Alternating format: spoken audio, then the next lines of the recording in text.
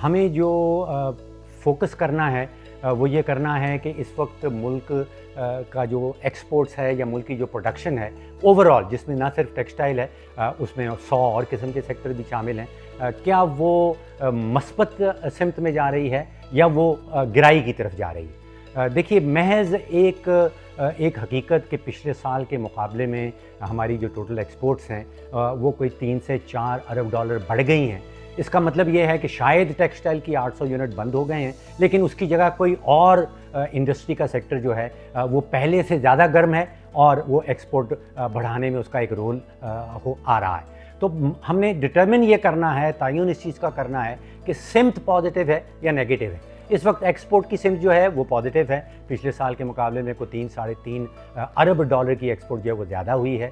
जो रिमिटेंसेस के हवाले से सिमत है वो बहुत ही ज़्यादा पॉजिटिव है, उसमें कोई तकरीबन 40% इजाफा हुआ है। जो हमारे पाकिस्तानी वर्कर्स मुल्क से बाहर काम कर रहे हैं, उनकी जो रिमिटेंसेस पाकिस्तान में आ रही हैं उनमें तकरीबन 40% जो है वो इजाफा हुआ है। अगर आईटी की एक्सपोर्ट्स के ऊपर जाते हैं उसमें भी इजाफा नज़र आता है। तो कुछ सेक्टर्स जो हैं, ये दुनिया में हर बिज़नेस साइकिल के दौरान होता है कि कुछ सेक्टर्स में सुस्ती आती है, कुछ सेक्टर्स बंद हो रहे होते हैं, उनकी जगह कुछ सेक्टर्स जो हैं वो पहले से ज़्यादा तेज़ी से वो प्रोडक्शन कर रहे होते हैं। तो डायरेक्शन का तयन करना है एज एन ओवरऑल इकॉनमी, ना सिर्फ एक सेक्टर के ऊपर फोकस करना। दो हिस्से हैं आपके सवाल के, आप समझिए कि पहला हिस्सा ये है जिसका आपने कॉस्ट ऑफ मैन्युफैक्चरिंग का जिक्र किया। इसमें कोई शक नहीं कि जो बिजली का रोल है, अब आप देखिए कि अगर पाकिस्तान में वो 60, 62, 65 रुपए की बिजली मिल रही है, अफ़गानिस्तान में पाकिस्तानी रुपयों में वो 30-32 रुपए की है, इंडिया में वो 40-45 रुपए की है, बांग्लादेश में 30-35-40 रुपए की है। तो ज़ाहिरी बात है कि जो बिजली का इनपुट है वो पाकिस्तान की प्रोडक्शन कैपेसिटी को, आप सोचिए कि वो कंपैरेटिव का लफ्ज़ जो आपने इस्तेमाल किया वो उसमें बहुत ज़्यादा उसका असरअंदाज, उसका इम्पैक्ट ज़रूर उसके ऊपर होता है। लेकिन स्पेसिफ़िकली आप टेक्सटाइल के ऊपर फोकस कर रहे हैं, तो टेक्सटाइल की जो अदाद-ओ-शुमार सामने आ रहे हैं, अब टेक्सटाइल का कोई एक हिस्सा नहीं है। टेक्सटाइल शुरू होता है सूतर की एक्सपोर्ट से, फिर उसमें ग्रे क्लॉथ आ जाता है, फिर उसमें ब्लीचिंग आ जाती है, फिर उसमें प्रिंटिंग आ जाती है, फिर उसमें रेडीमेड गारमेंट्स आ जाते हैं। ये जितने भी सब सेक्टर्स हैं टेक्सटाइल के अंदर, उसमें तकरीबन 80 से 85% जो सेक्टर्स हैं उनकी एक्सपोर्ट में इजाफा हुआ है, गिरावट नहीं हुई। देखिए, बुनियादी ढांचा जो हमारा माशी ढांचा है उसमें हुकूमत का दखल अंदाज बेतहाशा। वो कहा जाता है, पाइड की एक स्टडी मैंने देखी है जिसमें वो कहते हैं कि 60-65% ऑफ जीडीपी जो है वो गवर्नमेंट शैडोज़ के अंडर प्रोडक्शन हो रही। तो दुनिया में कोई भी मुल्क होगा जहाँ पे हुकूमत की इतनी ज़्यादा इंटरवेंशन होगी, वो कंपैरेटिव नहीं हो सकता। अब आप सोचिए कि हुकूमत पाकिस्तान जो है, 1 किलोवाट भी जो बिजली का पैदा होता है पाकिस्तान के अंदर, वो सारी बिजली हुकूमत पाकिस्तान ख़रीदती है, फिर उसी बिजली को बेचती है। भैया, हुकूमत पाकिस्तान का क्या काम बिजली की ख़रीदारी से और बिजली के बेचने से? हुकूमत हुक्मरानी करे, वो बिजली के शोबे में पड़ी हुई है। जब वो बिजली के शोबे में आती है तो फिर हमें नज़र आता है कि चाहे वो पेशावर इलेक्ट्रिक सप्लाई हो जहाँ पे 45% बिजली चोरी हो जाती है, चाहे वो सखर इलेक्ट्रिक हो जहाँ पे 36% बिजली चोरी हो जाती है। आप यकीन कीजिए कि पंजाब के जो मेजर शहर, एक इल्ज़ाम ये लगाया जाता था कि सनतकार बिजली जो है वो बहुत हिस्सा चोरी का उनका बहुत बड़ा रोल है। तो मैं देख रहा था कि फैसलाबाद तो वो सिंगल डिजिट पे आता है। फैसलाबाद इलेक्ट्रिक सप्लाई 7-8% बिजली चोरी होती है, इस्लामाबाद में 6%, गुजरांवाला, सियालकोट, मुल्तान के अलावा जहाँ पे 11% का रेट आता है, पंजाब का कोई शहर जो है वो डबल डिजिट में नहीं है। तो इसका मतलब है कि जो सनती इलाके हैं, सनती शहर हैं, वहाँ पे तो बिजली की चोरी नहीं हो रही। पेशावर इलेक्ट्रिक हो, सखर इलेक्ट्रिक हो, तो जब तक हुकूमत रहेगी ये चोरी रोकना मुझे लग रहा है कि बड़ी डिफ़िकल्ट होगा, बहुत मुश्किल काम होगा। हुकूमत को प्रोडक्टिव सेक्टर से जब तक निकाला नहीं जाता, उस वक्त तक ये जो कंपैरेटिव और लेस कंपैरेटिव, मोर कंपैरेटिव की जो जुमलात और जो टर्मिनोलॉजी आप इस्तेमाल कर रहे हैं, मेरा ख्याल है कि हम सही सिमत में नहीं जा पाएंगे। जी, एक मिसाल आपको मैं एग्रीकल्चर सेक्टर से दे देता हूँ, एक मिसाल आपको मैं सर्विसेज सेक्टर से दे देता हूँ।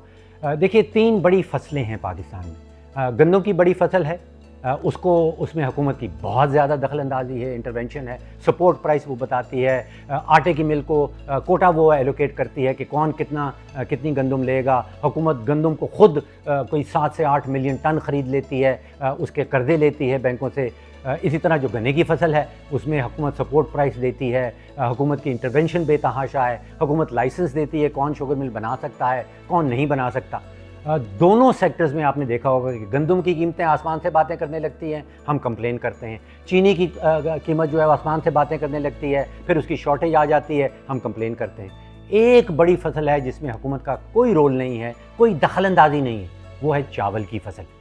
उसमें हुकूमत ने forces of demand and supply पे छोड़ रखा है।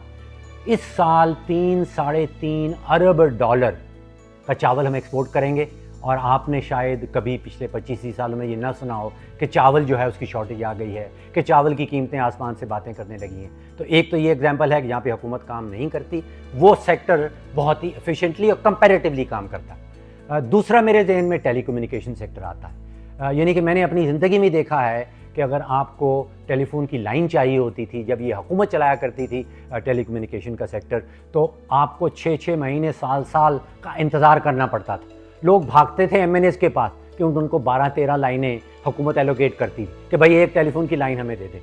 जब से ये सेक्टर हमने डीरेगुलेट किया है, हुकूमत को निकाला है, अब आप किसी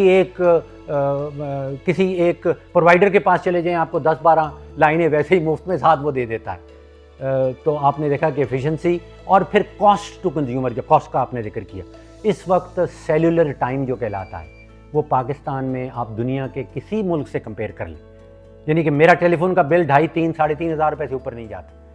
अगर यही टेलीफोन इतना ही इस्तेमाल मैं बरतानिया में करूं, इतना ही इस्तेमाल मैं अमेरिका में, कनाडा में करूं, तो कम से कम इससे 10 गुना ज़्यादा उसकी जो है वो कीमत आ जाएगी। तो हमने कंपटीशन क्रिएट किया।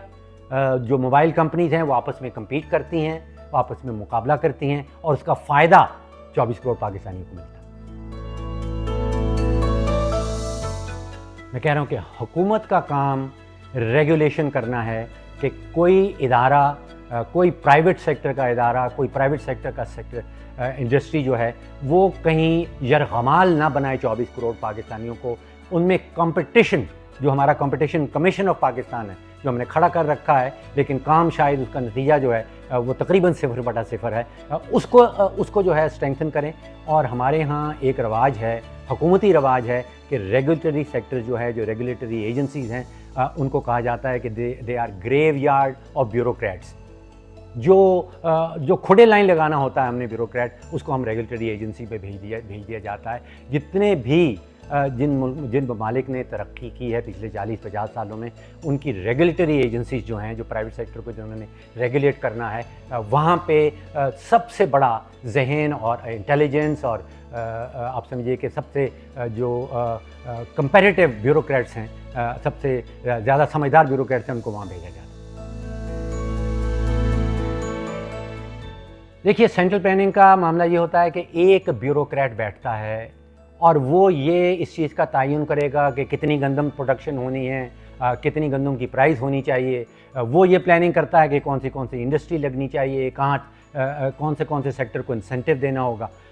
एक शख्स बामुकाबला मार्केट विजडम का मतलब ये है कि सप्लाई एंड डिमांड एक प्राइस डिटरमिन करेंगी कि सप्लाई कितनी है। अगर सप्लाई कम है, डिमांड ज़्यादा है तो कीमत बढ़ जाएगी। अगर सप्लाई ज़्यादा है और डिमांड कम है तो फिर आप सोचिए कि कीमत नीचे आ जाएगी। तो एक ब्यूरोक्रेट के इख्तियार से निकाल के हमने सारे इख्तियारात देने हैं प्राइस को और मार्केट को।